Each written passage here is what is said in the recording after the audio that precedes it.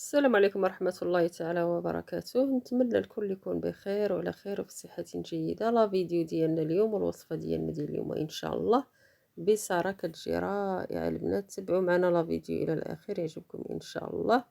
بصراحة على طريقتي البنات بالخضر كتجي الصراحة واعرة واعرة. لا فيديو يعجبكم ان شاء الله، ولا عجبكم لا فيديو ابونيو واشتراك ولايك القناة مطبخ مريم الساخي. دائما كنشكر البنات الجداد وحتى البنات القدامى، البنات القدامى والبنات الجداد اللي انضموا لينا. هنايا معايا نص كيلو ديال الفول. الا كنتي عرفتيه كيطيب بلا ما ترقديه يعني في الماء، الا ما كان كيطيب بالزربه بلا ما ترقديه ما كان كيتعطل، ممكن ترطبيه في الماء في الليل البنات كيطيب بالزربه. هنايا معايا مطيشه، ممكن ديري جوج مطيشات كبار، قبطه ديال المعدنوس والربيع وجوج قرعه كورجيط هكذا على هاد القياس هذا يكون موين. راه كتعطيه واحد كتفطرو ما كتخليش مجهد البنات، وبالاضافه انها كديريها للوليدات يعني ما كيبغوش ياكلوها في الطاجين، وهذا ملي كديريها في البصاره ما كيعيقوش بها. كتجي رائع البنات وكيجي خفيف يعني ما كيتقل ما والو، خصوصا اللي عندهم المصران وداك الشيء. هاد الطريقه البنات راه رائعه، جربوها اللي ما عمره ما جربها. ممكن تضيفي اي خضره اللي بغيتي تضيفيها، غير ما تكونش مثلا هاد القرعه تتواتى معاه مزيان. هنايا كنضيف الفول، عندي تقريبا نص كيلو. دائما البنات الفول راه واخا مثلا غنديرو هنايا شوربه مثلا لا شاطئ لا كثر تيبقى في الثلاجه. دائما الكميه على حساب الناس الموجودين في الدار. هنايا غنضيف نص كيلو ديال الفول، نضيف على ديك القرعه اللي قطعت والقبطه ديال القزبر والمعدنوس ومطيشه. هذه انا عندي صغيره، اللي عنده كبيره يدير جوج مطيشات تقريبا يقطعهم.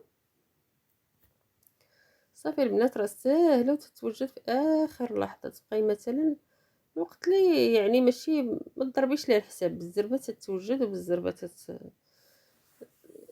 تتوجد يعني، خصوصا في الليل البنات راه دابا مع البرد وهي كتكون سخونه صراحه كتجي زوينه. صافي ضفت هذوك الدروس ديال الثوم ونضيف الماء الكافي اللي غطيف يطيب فيه هذا الفول اللي درت ان شاء الله في كوكوت. صافي هنايا نضيف الماء والملح حسب الكميه، راه الكميه عندي كثيره، والابزار والخرقوم اي الكركم. صافي هذه هي المكونات اللي غنضيف دابا حتى طيب. نسد عليه تقريبا واحد نص ساعه حتى لساعه الا ربع، على حساب الفول. دائما على حساب الفول. الا كان مثلا حمص الفول على حساب شحال ديال الوقت كيهز في الطياب. هنايا بعد ما طابت البنات صراحه كتبان جات رائعه يعني. صافي هانتوما كتلاحظوا راه طابت حتى تهز داك الفول حتى تتخم يعني ما بقاش باين. صافي دابا غندوزو ان شاء الله باش نطحنوها. بعد ما تهيف هكذا شويه تدي لها واحد، تحيدي لها مثلا الغلاق واحد قسمين، ما يبقاش هذاك تبقاش يعني طيبه. راه تعرفوا الحراره ديال الطياب كتكون مرتفعه، خصوصا هنايا غنحيد هذيك القشره ديال الثومه مع درتها بالقشره ديالها. صافي غنفسخها هكذا. راه البنات كتوجد كما لاحظتوا في لا فيديو بالزربه ما كتاخذش بزاف التوجات ديالها. ممكن البنات الا بغيتي ديري حبه ديال البطاطا ديري تضيفيها حتى هي تجي زوينه. ممكن انا بعض المرات ندير فيها حبه ديال البطاطا. صافي هنايا البنات بعد ما نقي هاد القشور ديال الثوم غندوزها باش تطحن ان شاء الله، ونكملوا البقيه ديال الوصفه.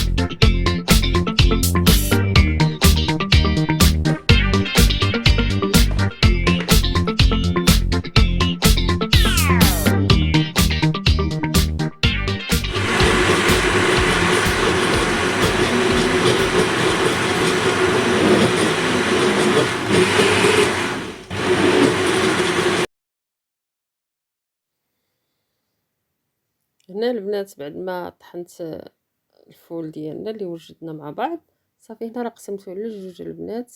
هنايا نعاود نضيفو في طنجرة اخرى ولا تردي نفس الطنجرة نيت، انايا درتو غير في كاسرونة كبيرة صافي، ونخليه يطيب حتى يحيدو دوك الفقاعات مزيان، يعني يعاود يطيب. دائما مع التحريك البنات باش ما يلصقش لينا داك النشا ديال الفول. هنايا نضيف معلقة كبيرة ديال الكمون وزيت الزيتون، ودائما الكمون وزيت الزيتون تيبقاو في جنب الطبلة بحال هكا، الا احتاجيتيهم تضيفيهم، راه تتجي بنينه البنات ولذيذه. جربوها كتجي رائعه البنات، واكثر من رائعه. دائما البنات مع التحريك دائما جيدا حتى يحيد هذيك الرغوه. صافي هنايا الا بغيتي مثلا تزيدي تخفي اكثر دائما تزيدي الماء طيب. ها هي دابا انا جاتني في القياس صراحه، راه عطات كميه كبيره البنات. ودائما الا بقات بحال هكا تخليها في الثلاجه، ممكن تسخنها لغد ليه. صافي البنات هذه هي الوصفه ديالنا. دائما نخلوها طيب مزيان تتحيد هذيك الرغوه مزيان مزيان. صافي نعاودو نحطوها نسربيوها البنات، كتجي شوربه رائعه. الا بغيتي تخليها مثلا عقد من من هاد الطريقه هذه، يعني شويه خاسره تخليها. ممكن الا بغيتي خفيفه اكثر تزيدي فيها مثلا الماء طيب. انا هنايا خليتها بين وبين كما لاحظتوا. صافي وهي الوصفه ديالنا دابا بعد ما طيب وتحيد ديك الرغوه البنات كتجي رائعه. ندوزو ان شاء الله باش نكملوا البقيه ديال الوصفه. صافي هي البنات تقريبا اصبحت واجده. صافي ندوزو ان شاء الله باش تخويها هكذا فرديه في زليف. راه كتجي شوربه رائعه البنات، وصدقوني الوليدات راه تياكلوا، رغم انهم ما تياكلوش ديك القرعه كورجيت وديك الخضار. في هذه الوصفه البنات جربوها الصراحه كتجي رائعه. هنايا بعد ما نخويها ان شاء الله في زليف هكذا فرديين، شوربه يعني بحال الحريره بحال اي شوربه. صافي غنضيف عاوتاني زيت الزيتون، وتضيفي البنات ديك الهريسه او ديك اي حاجه، ديك الشونيه الحاره. انا هنا ما عنديش، ضفت غير واحد الفلفله عندي كانت مطحونه في الفريغو. كتجي حتى هي رائعه البنات وكتجي حاره. اللي بغيتيها مثلا حاره، الا ما بغيتيهاش حاره راه ممكن تضيفي غير زيت الزيتون. صافي هنايا غنضيف زيت الزيتون والقليل من هذا الحار هذا. ممكن تضيفي ديك الشونيه اللي كتكون دائما غبره هاد العطار، ونضيف قطرات ديال زيت الزيتون. دائما البنات زيت الزيتون والكمون تيبقاو محطوطين، الا بغيتي بحال هكذا تضيفي صافي وتحركي وها هي الشوربه ديالنا واجده. نتمنى البنات الا عجبتكم الشوربه ديالي ديال اليوم ابوني واشتراك ولايك قناتي، وشكرا والى وصفه اخرى ان شاء الله.